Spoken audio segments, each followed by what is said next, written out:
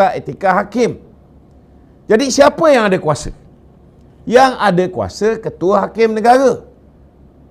Kerana lembaga disiplin hakim ataupun boleh kita panggil sebagai Tribunal Kehakiman. Hanya Tribunal Kehakiman yang boleh memanggil hakim.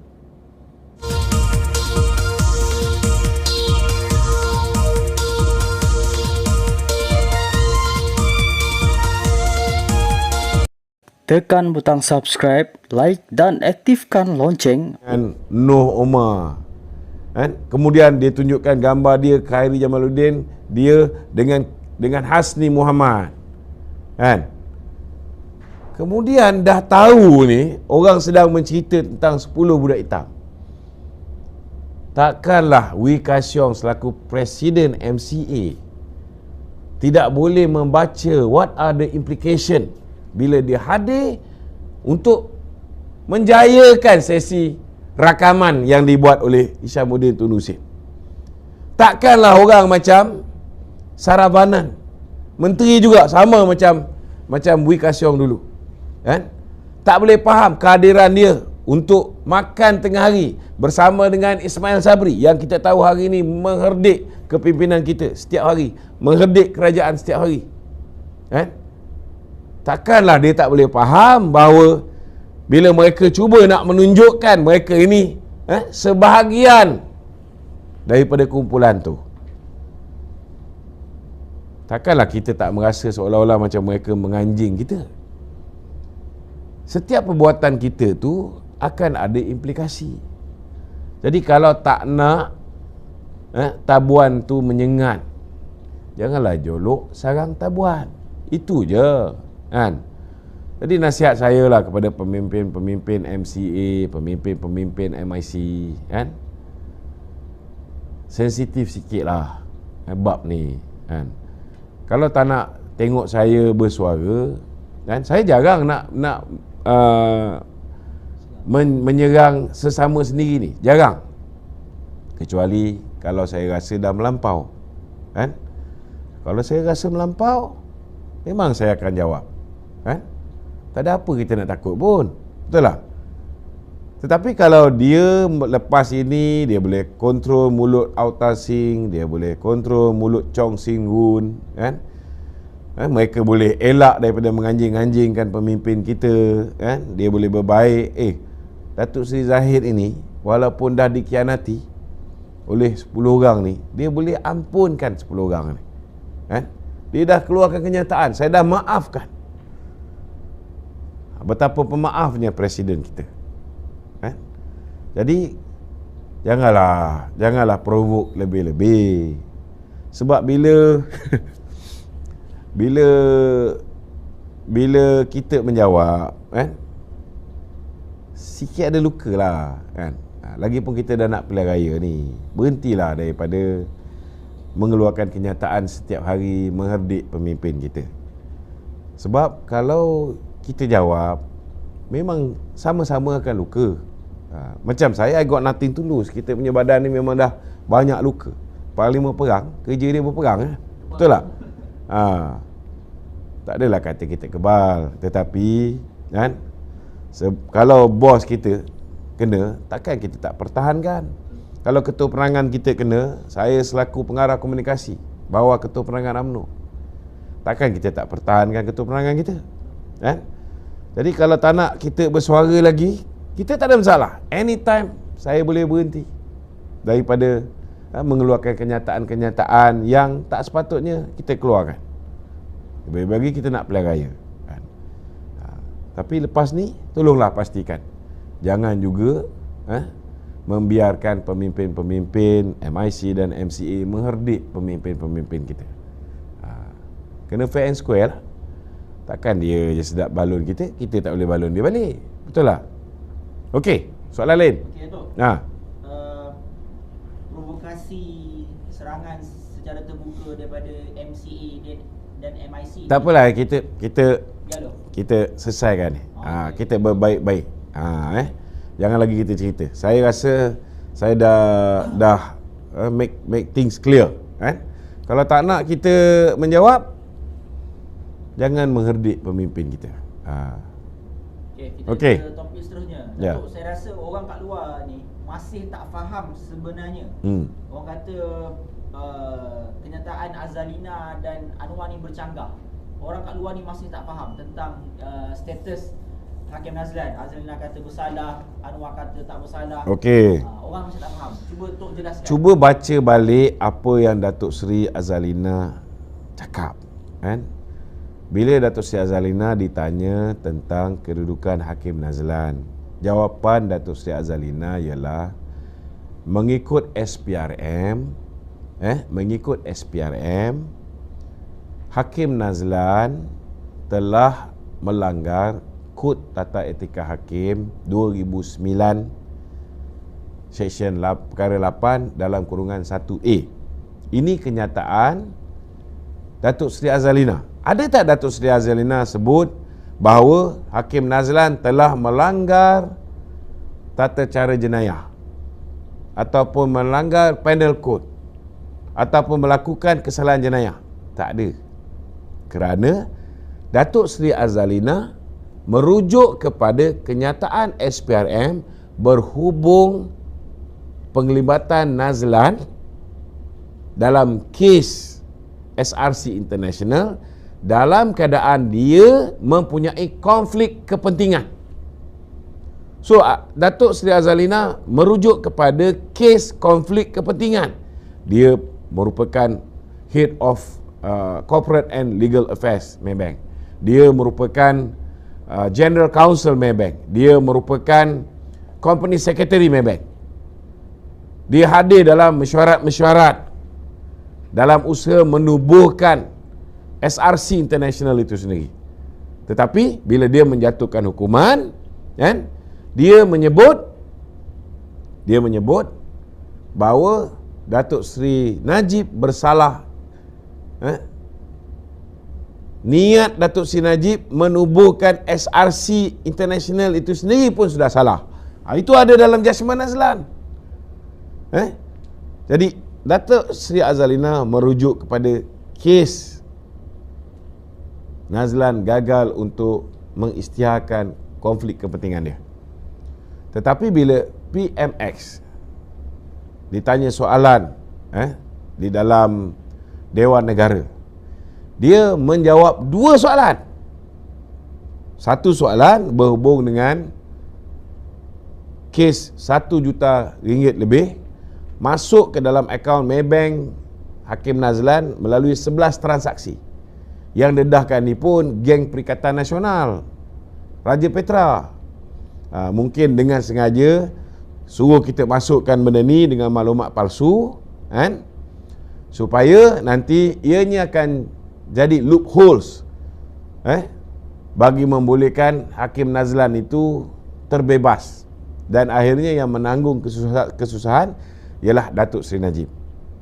Tetapi bila disiasat oleh pihak SPRM, bila ditanya oleh pihak SPRM, dari mana datang duit 1 juta lebih melalui 11 transaksi yang masuk ke dalam akaun Hakim Nazlan, kemungkinan besar Hakim Nazlan telah memberikan jawapan yang munasabah, sehingga kan SPRM berpendapat bahawa Hakim Nazlan tidak ada melakukan sebarang kesalahan jenayah berhubung duit 1 juta ringgit. Maknanya duit ini bukan daripada duit yang diceritakan oleh Raja Petra, datangnya daripada Jolo. Bayaran tu datang daripada Jolo. Itu sebabnya Peguam Datuk Seri Najib sendiri telah menarik balik. Dia ada mengemukakan beberapa bukti baru, tetapi maklumat tentang Hakim Nazlan menerima duit lebih 1 juta ringgit ke dalam akaun dia melalui 11 transaksi ini telah ditarik balik oleh Peguam Datuk Seri Najib. Jadi kenyataan PM ke-10 Datuk Seri Anwar Ibrahim berhubung dengan perkara ini, Hakim Nazlan tidak melakukan kesalahan jenayah, ialah merujuk kepada kes duit 1 juta masuk ke dalam akaun dia. Disiasat oleh SPRM, tak ada kesalahan jenayah. Kalau SPRM mendapati duit ini betul daripada Jolo, memang kenalah Hakim Nazlan. Memang kenalah Hakim Nazlan. Okey? Ini pertama. Itu belum lagi kita jawab yang lain. Apa pula cerita dengan duit yang masuk dalam akaun suami Zeti dan anak dia?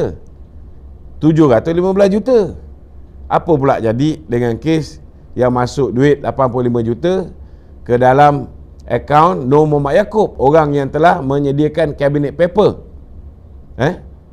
Menyediakan cabinet paper untuk kerajaan mempertimbangkan duit KOP dipinjamkan kepada SRC International. Ini belum kita cerita. Kita letak tepi dulu. Okey. Kemudian PM lepas dia cakap pasal SPRM punya kenyataan untuk jawab isu duit 1 juta. Ini kita kena faham. Isu kedua, isu yang jawapan pihak SPRM yang dibaca oleh Datuk Seri Azalina di Parlimen, yang mengatakan bahawa Hakim Nazlan ada salah laku melanggar tata etika hakim 2009. Okey. Ini jawapan yang Datuk Seri Azalina bagi. Kenyataan tu dibuat oleh SPRM. Okey?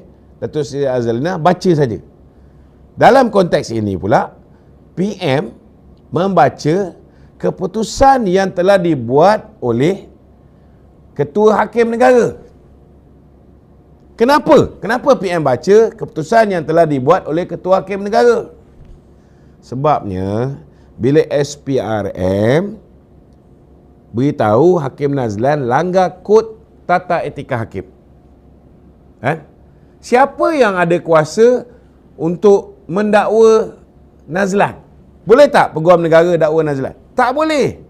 Sebab dia hanya langgar kod tata etika hakim. Jadi siapa yang ada kuasa? Yang ada kuasa Ketua Hakim Negara.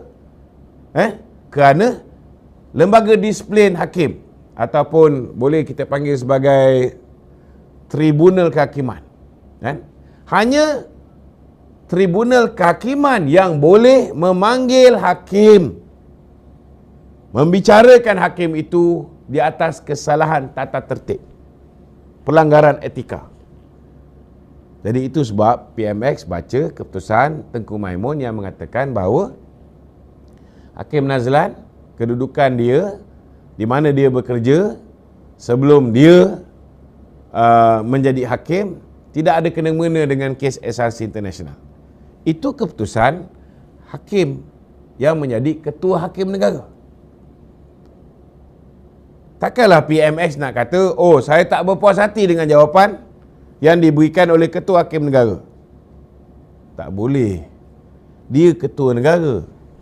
Maka jawapan yang dia berikan, Ketua Hakim Negara telah pun menjawab isu tentang penglibatan Nazlan yang dikatakan melanggar Kod Tata Etika Hakim 2009 perkara 8 dalam kurungan 1A.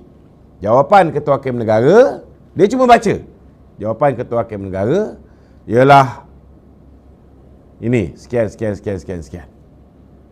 Bukan maknanya Datuk Seri Anwar mengeluarkan kenyataan mengatakan bahawa Datuk Seri Najib bersalah. Tak ada. Dia cuma cakap kerajaan menghormati keputusan yang dibuat oleh Ketua Hakim Negara.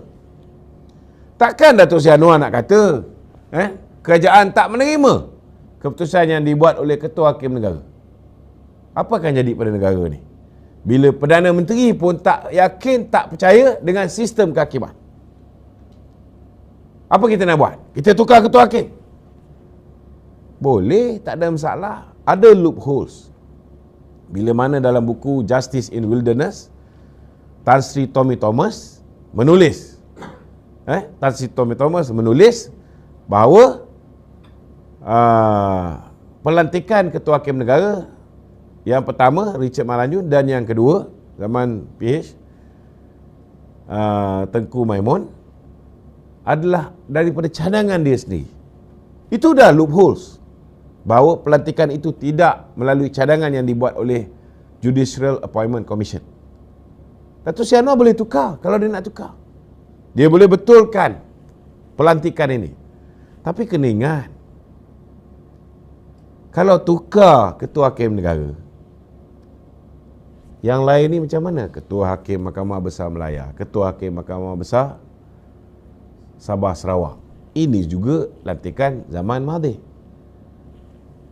Hakim-hakim di Mahkamah Persekutuan semua lantikan zaman Mahathir. Sebahagian besar hakim-hakim Mahkamah Rayuan lantikan zaman Mahathir. Sebahagian besar hakim-hakim di Mahkamah Tinggi juga ada di kalangannya ketua hakim yang dilantik zaman Mahathir. Takkan nak tukar semua? Kita nak buang semua hakim Mahkamah Rayuan, Mahkamah Persekutuan. Maknanya apa? Kita memberi gambaran bahawa kerajaan hari ini berperang dengan institusi kehakiman keseluruhannya. Kan? Apa akan jadi? Apa akan jadi pada negara? Huru-hara. Ini kita kena faham. Jadi, saya nak beritahulah, kan? Kita semua kasih dengan Datuk Seri Najib. Kan? Percayalah, kan? Saya juga yakin bahawa akhirnya insya-Allah, kan? Sebelum Kebawah Tuanku ni berundur kembali ke Istana Pahang, saya yakin beliau akan mempertimbangkan untuk Datuk Seri Najib diberikan pengampunan. Kita nak berperang dengan institusi kehakiman, last kali negara akan musnah. Terus terang saya cakap. Last kali negara akan musnah. Kita pun pegang awal ingat, apalah susah sangat, tukar je ketua hakim negara. Tetapi kita tak sedar. Kita tak sedar bahawa bila kita tengok satu persatu hakim-hakim yang dilantik di Mahkamah Persekutuan, Mahkamah Rayuan, hampir semua zaman Mahathir. Dan daripada risikan yang kita buat, semua bersama dengan Tengku Maimun. So apa pilihan yang PMX ada? It's not easy tau, bukan senang. Kita boleh cakap macam-macam, tetapi orang yang berada di atas itu, dengan maklumat yang dia ada, dia lebih tahu macam mana cara nak handle the situation. Jadi kita minta kawan-kawan kita bersabar seketika. Kerana nak bebaskan Datuk Najib ni bukan kuasa Perdana Menteri. Ketua Hakim Negara ada kuasa, tetapi benda tu dah berlalu. Kecuali kalau misalnya Peguam Datuk Seri Najib sekali lagi memfailkan semakan kehakiman, itu Datuk Seri Najib ada lagi peluang untuk dibebaskan melalui proses undang-undang. Tapi hari ini kita kena terima hakikat. Hari ini satu-satunya jalan yang masih ada untuk Datuk Seri Najib dibebaskan. Walaupun ada, contohnya kalau misalnya Hakim Nazlan didakwa selepas ini, possibility tu ada. Tetapi kalau dah Ketua Hakim Negara mengeluarkan kenyataan bahawa Hakim Nazlan tidak ada conflict of interest, kerajaan pun tak boleh buat apa. Kita tak boleh nak tukar semua hakim. Nak ganti dengan siapa? Hakim junior yang baru grad universiti. Kena faham tau. Kita tak boleh nampakkan kerajaan ni berperang dengan keseluruhan institusi kehakiman. So biarlah Datuk Seri Anwar Ibrahim memikirkan macam mana cara dia nak buat reformasi institusi ini dengan cara yang berhemah.